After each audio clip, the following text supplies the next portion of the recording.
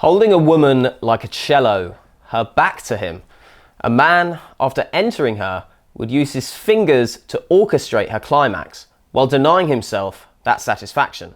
That saucy passage was from the book by Susan Wells. It gives us a glimpse into the steamy sex lives of a cult in upstate New York, a cult that President James A. Garfield, soon-to-be assassin, spent 5 sexless years in. This is Debauchery Dossier, and this is the sordid story of the sex cult assassin, Charles J. Guiteau. The story begins during the fall of 1831 in the United States, which was in the midst of a religious revival, causing frontier families to seek out frenzied festivals to satiate their need for salvation through wailing, jumping, and speaking in tongues. And the epicenter for this sweeping wave of religious zeal, New England. It was here that John Humphrey Noyes, the child of a former congressman, joined the flocks of thousands of lost souls desperate to find their meaning in a religious awakening. Their truth, as it were. And here, he found it. And what was his truth? Well, that he was just perfect. You see, he was protected by God, which made him incapable of sin. His classmates at Yale Theological School called him crazy, and he was later expelled. But this only encouraged him to pursue his newfound gospel. So, stripped of his preaching license, he travelled, hoping to spread the word of his revelation. What you have to know about Noyes is that, well, he was pretty weird. Cripplingly self-conscious, he suffered from a stammer, and as a result was absolutely petrified of the opposite sex. He even said that he would be less nervous facing a battery of cannon than he would be facing an attractive woman. But despite his flaws, he actually ended up doing pretty well as a travelling preacher. In winter 1835, he was in Brimfield, Massachusetts, with his preaching buddy Simon Lovett, and weirdly, they loved him. Brimfield at the time was one of the most free-thinking and religiously inflamed areas of North America, and they couldn't believe their luck when a man, literally incapable of sin, blessed them with his presence. But the good times didn't last long, as Noyes came face to face with his greatest fear: women. One night, a young woman kissed him seductively. Now, any other man would have been chuffed to bits with this, but not our mad preacher, who was so distressed by this encounter that he trudged 60 miles through snow and freezing cold temperatures back to his family home in Putney, Vermont. He was so traumatized by this that he even forgot to tell his preaching buddy Simon Lovett that he was leaving, and left him all alone, surrounded on all sides by sexually liberated women with a penchant for kissing travelling preachers. I bet he never forgave him, because that very night, 2 townswomen slipped into bed with Lovett to test the power of his faith, to see if the spirit could triumph over the flesh. And surprise, surprise, it didn't. And the Brimfield bundling, as the press labelled it, became quite the scandal at the time. And for some reason, Noyes managed to get most of the blame for running off. Understandably, this had a profound impact on Noyes. I mean, not only did he miss out on a threesome, which was bad enough, but he was also blamed for a threesome that he didn't even have. He was sick to death of the sexual shame that caused him to run away from kisses and miss out on threesomes, and began owning the sexual shame cast his way. Filled with anguish and envy, he declared that when God's will was done, marriage and sexual exclusiveness, guilt and jealousy would no longer exist on earth. Sex is no more of a sin than eating or drinking is, thus there's no reason to be ashamed of it. But unsurprisingly, the advocacy for free love was about 150 years too early, and he faced a lot of backlash for his 1837 declaration. But this was the age of religious fanaticism, and he slowly began to attract a small number of disciples. Aged 26 and still a virgin, he married the practical and plain, bit harsh, disciple Harriet Holton, but this marriage was to remain open and unsentimental, both being free to love whomever they wanted. The real reason behind this marriage? Well, Harriet was an heiress and could finance the publishing of Noyes' religious doctrines. And as an expression of romantic love, Noyes didn't take his new bride to an all-inclusive in Mexico or the Bahamas, but to New York, where they bought a printing press. This started to work, and in 5 years, Noyes had more than 30 disciples. But remember, Noyes isn't just some hippie promoting free love. At the end of the day, it's a cult. And at the top of the food chain is him. They all had to sign a statement of principles, which sees John H. Noyes as the father and overseer whom the Holy Ghost has set over the family, thus constituted. To John H. Noyes we submit ourselves in all things, including sex. But remember, this is early 19th century America. Sex outside marriage was still a crime, and the authorities weren't just going to let this newfound swinging club operate right under their very noses. So the new disciples were very secretive about these open marriages, until Noyes inevitably knocked up one of his married disciples. The secret was out, and Noyes was arrested in October 1847 for adultery and fornication. Hiding in New York, a follower had told him about a plot of land that used to belong to the Oneida tribe, 23 acres, with a barn and a cabin. It was perfect. He was never going to convince the powers that be of his gospel. All he can do is create a community, a Garden of Eden, where he can shag other people's wives in peace. So in March 1848, he bought the plot for $500 and left for the bleak Crete in upstate New York with his disciples. Oneida blossomed, and by the end of the year, he had 87 disciples. But most importantly, he was able to solidify his beliefs and make sure that the community followed them rigidly. He banned private property, monogamy, and sexual shame. Sex was seen as a holy act, just as it was seen in the Garden of Eden. It was even a form of worship, if the man didn't finish. He called this male continence, and his members mastered this technique through constant practice. Noyes explained his reasons for implementing this practice with a metaphor. A boatman approaching a waterfall could reach a point on the verge of a fall where he has no control over his course. But if he was willing to learn, experience will teach him how to remain devoutly in the region of easy rowing. Now, I've read that 100 times, and I still don't really understand what he means. But that's why he was anti-male ejaculation. He was even so proud of this sexual breakthrough that he mailed the governor of New York, detailing his findings in his first annual report, which presumably was thrown into a bin. In order to keep strict adherence to these rules and make sure his followers knew he was in charge, I mean, his own mother even called him teacher and father, which is just weird. He had concocted a practice called mutual criticism. Now, mutual criticism was a time where members appeared before a committee with all the community present, and everyone would just roast them. I mean, slag them off completely, criticising their personalities, looks, actions, work ethic, everything. And of course, the only person exempt from this humiliation ritual was, of course, our Heavenly Father, Noyes. Now, despite coining the term free love, the lovemaking in Oneida was subject to a lot of stipulations. First of all, you had to sleep apart after the deed. Approaches to have sex had to be done through a third party, which was usually Noyes himself. Sex could only last 1 or 2 hours, and you weren't allowed to talk, as he believed that it caused male impotence. But more worrying and downright criminal were the initiations of young women at puberty, as these rites were only available to Noyes and his mates. And if you think this can't get any seedier, it does. Because Noyes initiated his nieces during adolescence, even impregnating one.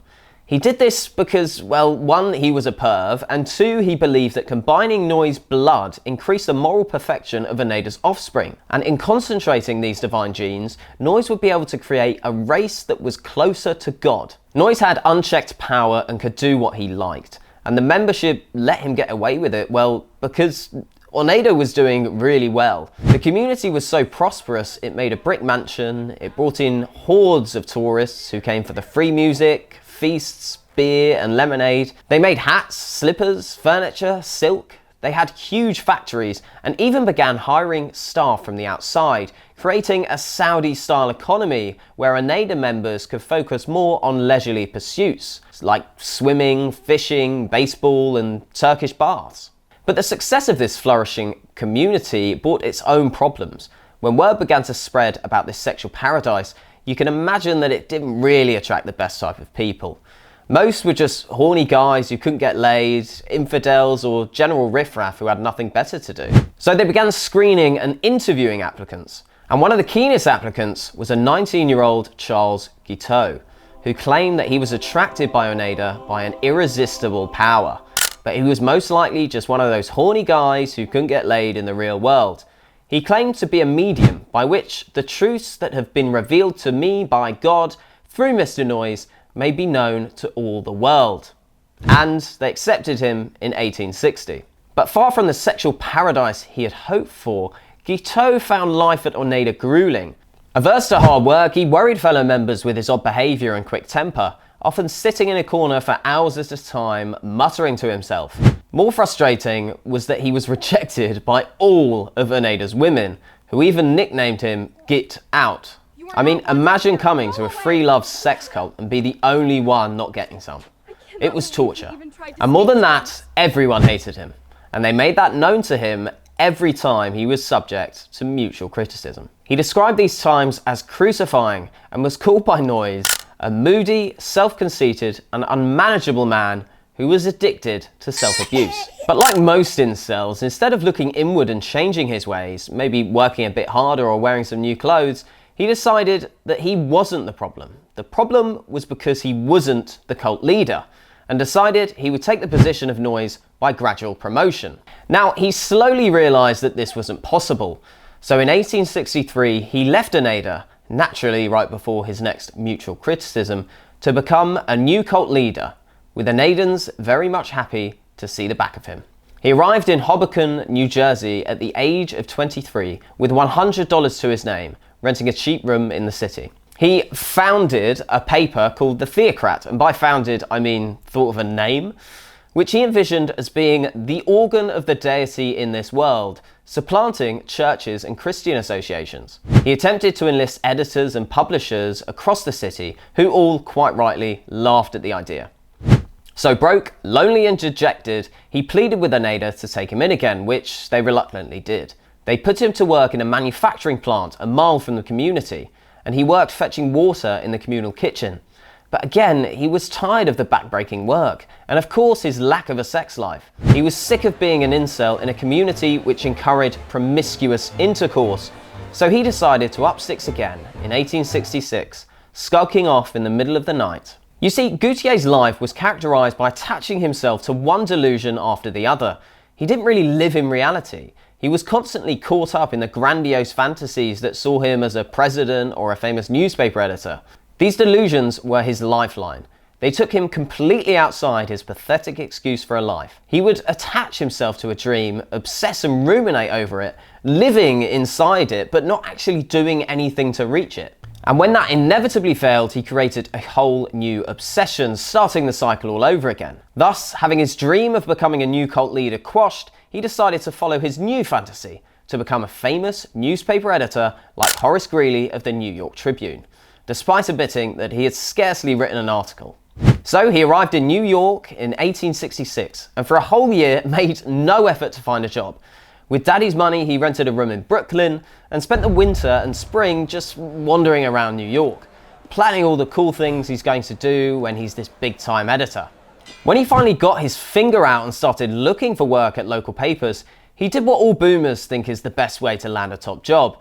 Just show up at their office and introduce yourself. Now, obviously this didn't work, and the managing editor told him that he had no chance in the world of being hired. But Guiteau was so bought into his delusions that these setbacks just bounced off him. It's because I didn't speak to the real editor, Horace Greeley. The managing editor obviously doesn't have the authority to reject me. Once I speak with Greeley, he will see my talent and hire me. So began his new infatuation with New York Tribune editor Horace Greeley. Now Greeley was an impressive man. Having started the paper in 1841, by the end of the decade it became one of the most widely circulated papers in the States, with journalist Bayard Taylor deeming its influence in the Midwest second only to the Bible. No one could doubt Greeley's power and influence, but this was a man who wanted more. He craved the prestige of public office. He ran unsuccessfully for governor, congressman and senator between the years 1848 and 1871, but when he did get the chance to fill a congressional seat that was vacant, much like Guiteau, he became known for being a bit of a nutter. He tried to change the name of the United States to Columbia and quickly became the most detested man who ever sat in Congress. But Greeley got lucky. This was the Reconstruction era. Politics was messy. The 1872 election was looming, and Greeley, a founding father of the Liberal Republican Party and one of its fiercest voices, ended up on the Democratic ticket. How? Pure, unadulterated desperation.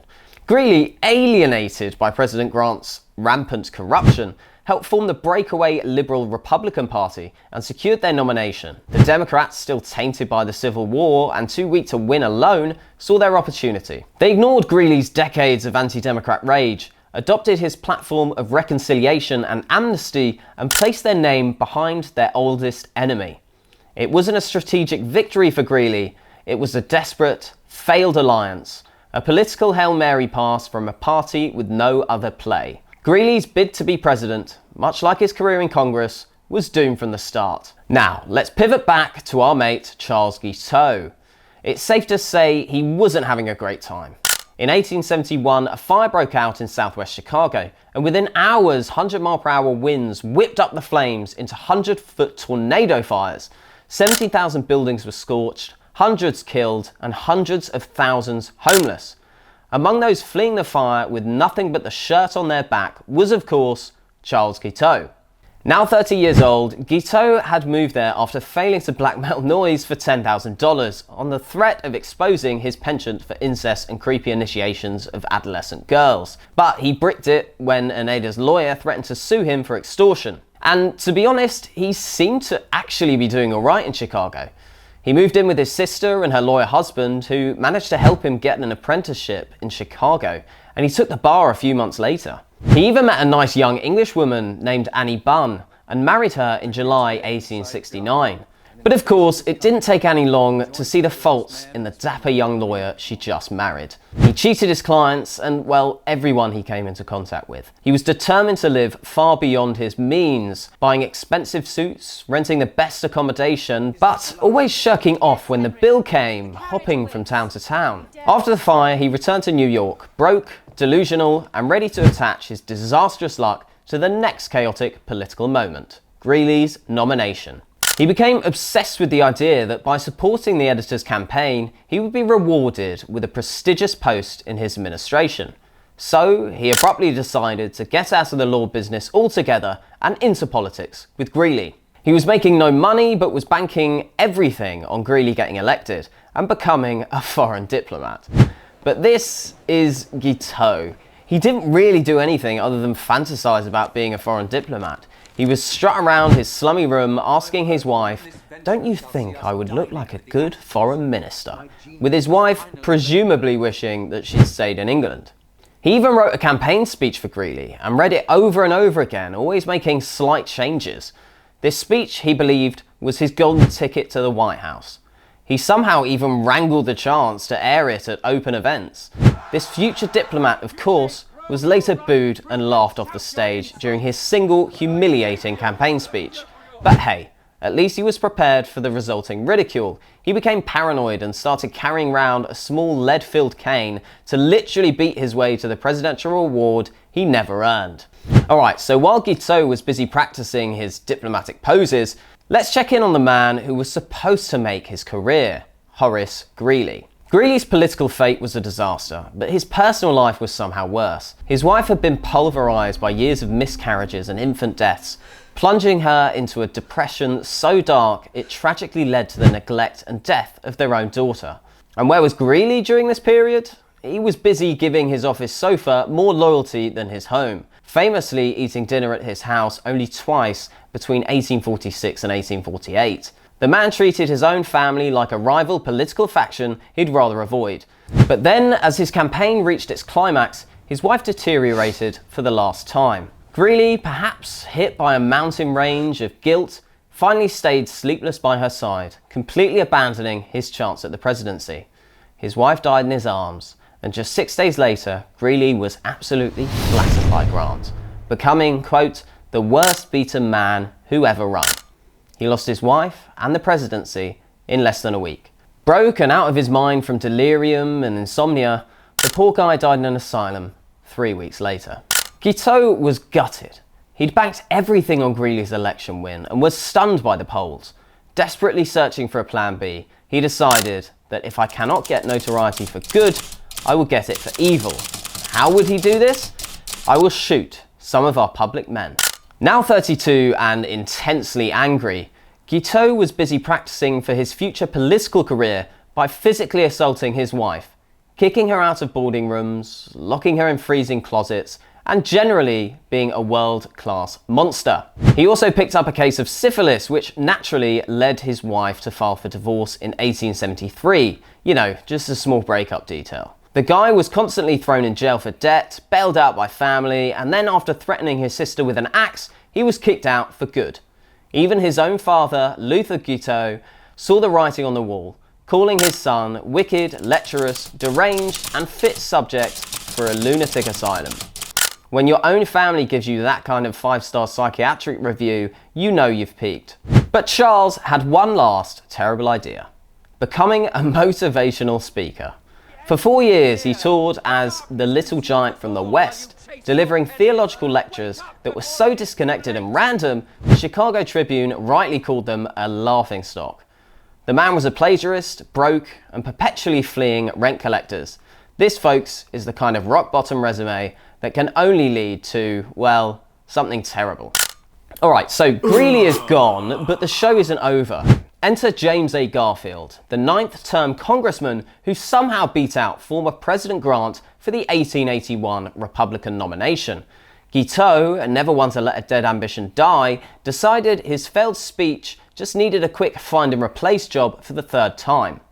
He was 38, packed up his successful career as a travelling madman, and headed back to New York. On his way, his ferry hit another ship in a dense fog, caught fire and sank, killing 50 people. But Guiteau, he survived. Naturally, he didn't credit luck, he credited God, who obviously saved him for one reason: that sweet, sweet foreign mission post. So he started haunting Republican headquarters, a sweaty, persistent pest, shoving his terrible speech into the hands of officials. They were so desperate to get rid of him, they even let him speak at a massive Fifth Avenue rally. A small victory Guiteau interpreted as, "I'm basically the president now." The election was a nail-biter, decided by just 7,000 votes, but Garfield won and Guiteau was ecstatic.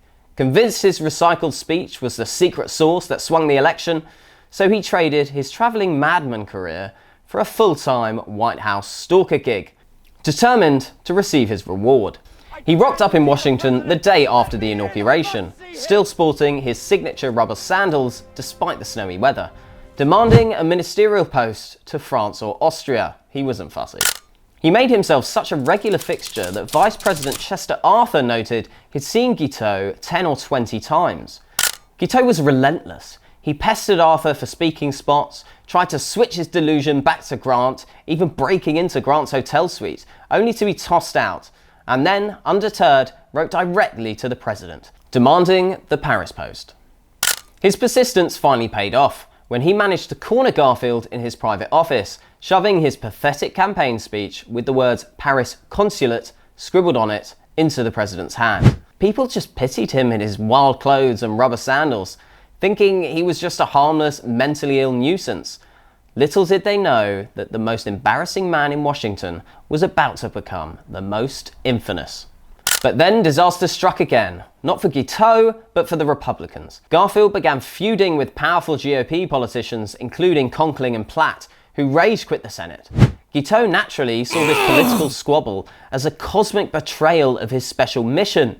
He turned his rage on Secretary of State James Blaine, who had made the mistake of scolding Guiteau and telling him to never speak to him again about that ridiculous Paris post. Guiteau's logic, as only a true degenerate can manage, became airtight. Blaine is an evil genius, Garfield is a traitor. The only way to save the grand old Republican Party is to remove the president. He convinced himself that assassinating Garfield would make his good friend Chester Arthur president, and most importantly, finally secure him that sweet Paris gig. So he went out, bought a gun, and tracked Garfield.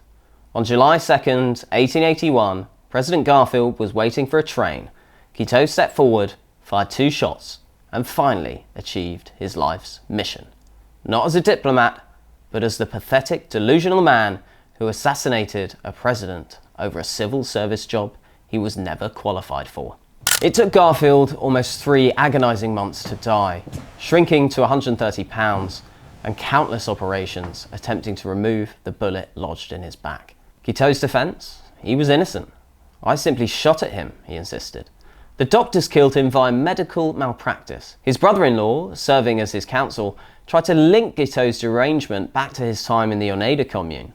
This gave the press a scandalous field day, and Noyes was even forced to pen a response. But of course, Guiteau was found guilty. And on June 30th, 1882, the delusional loser who craved a foreign post was finally recognised, not as a diplomat, but as a hanged felon. This has been Debauchery Dossier, and that was the story of the sex cult assassin. Make sure to like and subscribe, as next time we will be looking at the junkie Nazi Hermann Göring and his crippling heroin addiction. Take care.